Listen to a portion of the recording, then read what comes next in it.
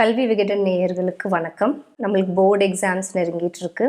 Already சில குழந்தைகள் 10th and 12th children exams எழுதிட்டு இருக்காங்க, கொஞ்சம் பேர் எழுத போகிறாங்க. ஸோ இந்த எக்ஸாம்ஸ் அப்படின்னாலே நமக்கு காலமாக பரீட்சை பயம் அப்படின்னு சொல்லுவாங்க.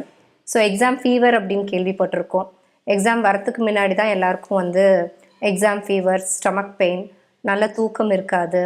ஸோ அந்த பட்டர்ஃப்ளைஸ் ஆன் ஸ்டமக் அப்படின்வாங்க, ஒரு மாதிரி வயிறு கலக்கும், பேனிக் அட்டாக்ஸ், நிறைய ஆங்ஸைட்டினஸ், பதட்டம், காலையில் எழுந்திரிச்சாலே நெஞ்சில் படப்படப்பு.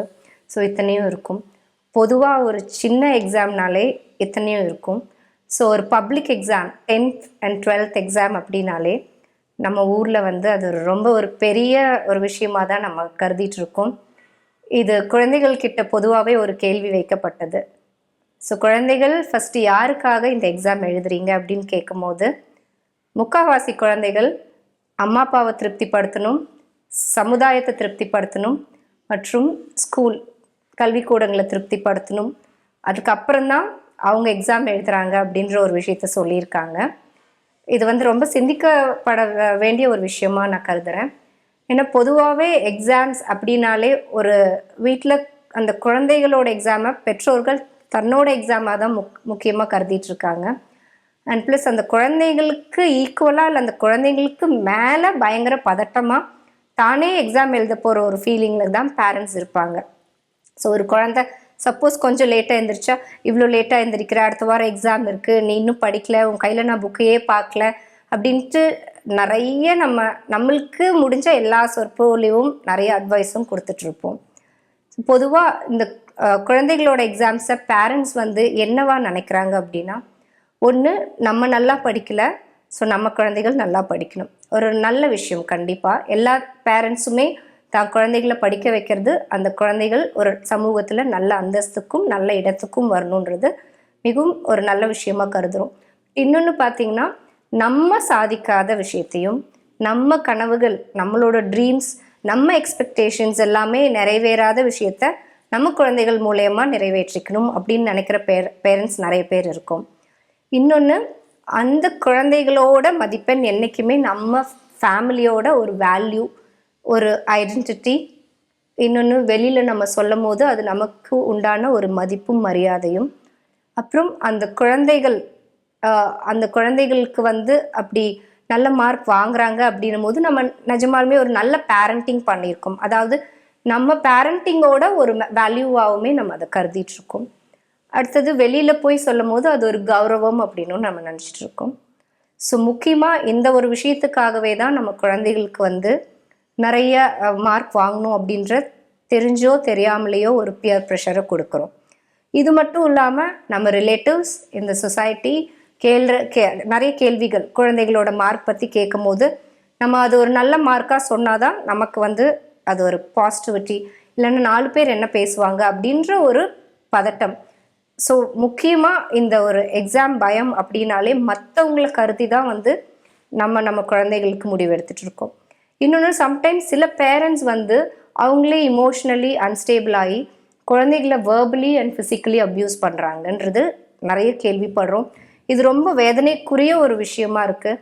நாளைக்கு அந்த குழந்தைகள் இவ்வளோ ஒரு வேர்பல் ஃபிசிக்கல் அப்யூஸ் எடுக்கும் போது இந்த உலகத்துக்கு, இந்த ஒரு அழகான உலகத்துக்கு வந்ததில் இதை ஒரு பனிஷ்மெண்ட்டாக கருதிடாமல் நம்ம பார்த்துக்கிறது பெற்றோராகிய நம்மளோட முக்கிய கடமையாக இருக்குது. ஏன்னா இந்த உலகத்தில் exams and education is of course very important, but it is not life, it is part of life அப்படின்றத புரிஞ்சுக்கிட்டால் மட்டும்தான், நம்ம ஃபஸ்ட்டு அதை புரிஞ்சுக்கிட்டா தான் குழந்தைகள்கிட்ட அதை எவ்வளோ ஈஸியாக கொண்டு போய் சேர்க்கலாம் அப்படின்ற ஒரு பக்குவம் நமக்கு கிடைக்கும். ஸோ குழந்தைகள் அப்படின்றத ஃபஸ்ட்டு ஒரு இன்வெஸ்ட்மெண்ட்டாகவும் சில பேரண்ட்ஸ் நினைக்காதீங்க.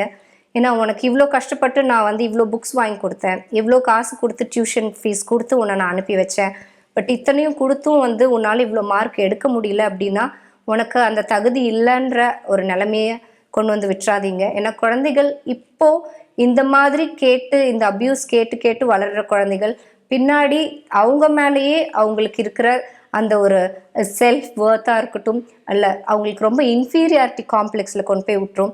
அவங்க மேலே இருக்கிற நம்பிக்கையே இல்லாமல் பின்னாடி எப்பவுமே இந்த சமூகத்தை திருப்திப்படுத்தவும் பெற்றோர்களை திருப்திப்படுத்தவும் தான் ஃபஸ்ட்டு ஓட ஆரம்பிப்பாங்களே ஒழிய தனக்கு என்ன வேணும், தமக்கு என்ன டேலண்ட் இருக்குது, தான் எதில் சிறந்தவர்கள் அப்படின்றதையே மறந்துடுவாங்க. அண்ட் ப்ளஸ் இன்னொன்று, இப்போ நம்ம கொடுக்குற இந்த ட்ராமாஸ் ஒரு அளவுக்கு மீறி கொடுக்குற பியர் ப்ரெஷர் கண்டிப்பாக இதுக்கப்புறம் அந்த குழந்தைங்களுக்கு வந்து திருப்பி இதுலேருந்து வெளியில் கொண்டு வர முடியாத நிறைய ட்ராமாட்டிக்கல் கண்டிஷன் சுச்சுவேஷன்ஸ் கொண்டு போய் விட்டுரும். அது பின்னாடி நம்ம எவ்வளோ ட்ரை பண்ணாலும் அந்த குழந்தைகளோட அந்த முற்றிலும் வளர்ந்த பருவத்திலையும் அந்த பதட்டமும் பயமும் அவங்கள விட்டு போகவே போகாது.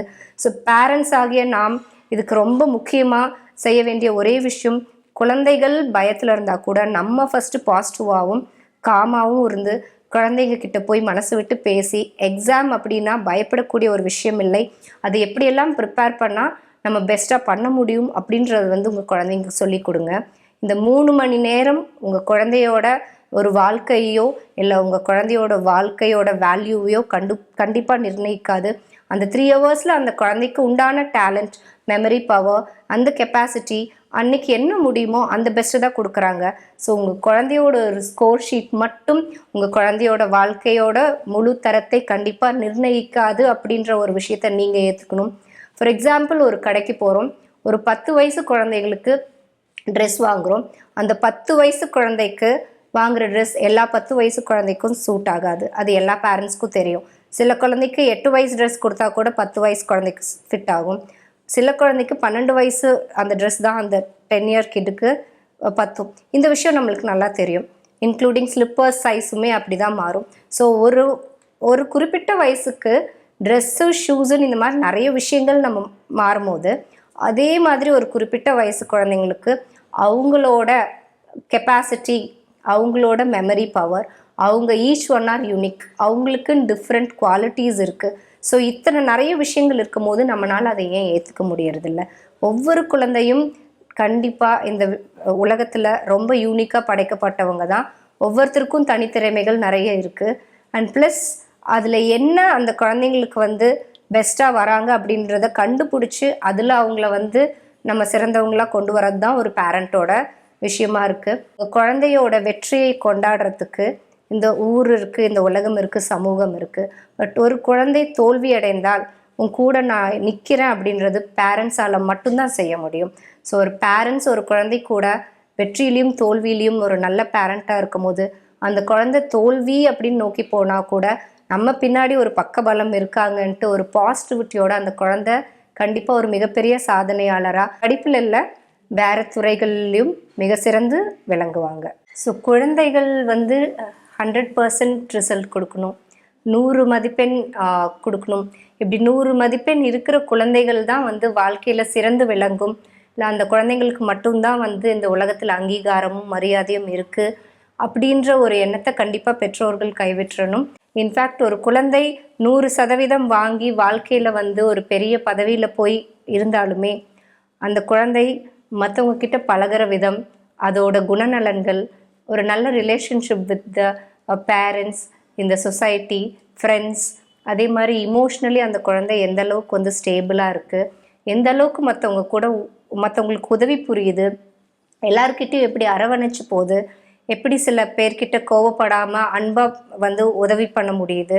ஸோ இந்த மாதிரி நிறைய சமூகத்துக்கு கூட அரவணைத்து போகிறதும் சரி, ஒரு ஹியூமனிட்டி, கைண்ட்னஸ், கம்பேஷன், அந்த மாதிரி நிறைய விஷயங்கள், ஹெல்பிங், இதெல்லாம் சேர்ந்து முற்றிலும் கம்ப்ளீட் ஆனால் அப்படி தான் ஒரு குழந்தை வந்து இமோஷ்னலி பேலன்ஸ்டாக ஒரு பெரிய ஒரு பதவியில் போனால் கூட அங்கே போய் அந்த குழந்தை இந்த இமோஷ்னல் பேலன்ஸை வச்சு தான் வந்து மற்றவங்க கிட்ட வந்து பழகவும் முடியும். அந்த கம்பெனியாக இருக்கட்டும், இல்லை அது எந்த ஒரு விஷயமா இருக்கட்டும், அதை வந்து மனம் சார்ந்தும் அந்த மைண்டு சார்ந்தும் அதை எடுத்துகிட்டு போக முடியும். ஸோ 100% அப்படின்றதும் ஒரு குழந்தை கம்ப்ளீட் அப்படின்னு சொல்கிறதுமே மதிப்பெண்கள் மட்டும் இல்லை, ஒரு குழந்தையோட வளரும் சூழ்நிலை, குணநலங்கள், இது எல்லாமே இருக்குது. ஸோ இன்றைக்கி வந்து மதிப்பெண் கம்மியான குழந்தைகள் நாளைக்கு வேறு துறையில் கண்டிப்பாக சிறந்து விளங்குறதுக்கு நிறைய வாய்ப்புகள் இருக்குது.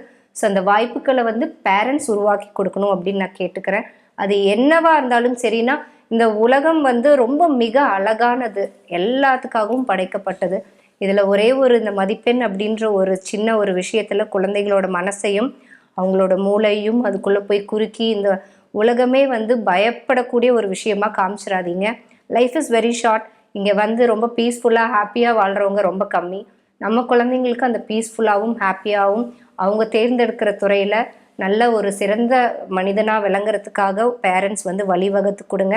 ஏன்னா காசு பணம் மட்டும்தான் வந்து இந்த உலகத்தில் வந்து ஒருத்தனுக்கு ஒரு ஒரு மனிதருக்கு மதிப்பு கொடுக்கும் அப்படின்ற ஒரு தவறான எண்ணத்தை அந்த குழந்தைகளுக்குள்ள நீங்கள் தெரியாமல் கூட விதைத்துறாதீங்க. ஏன்னா மனிதநேயமும் மற்றவங்களுக்கு உதவுற தன்மையும் இருக்கும்போது ஒரு குழந்தை எங்கே போனாலுமே ஒரு முற்றிலும் ஒரு சிறந்த குழந்தையாக விளங்க முடியும். நன்றி.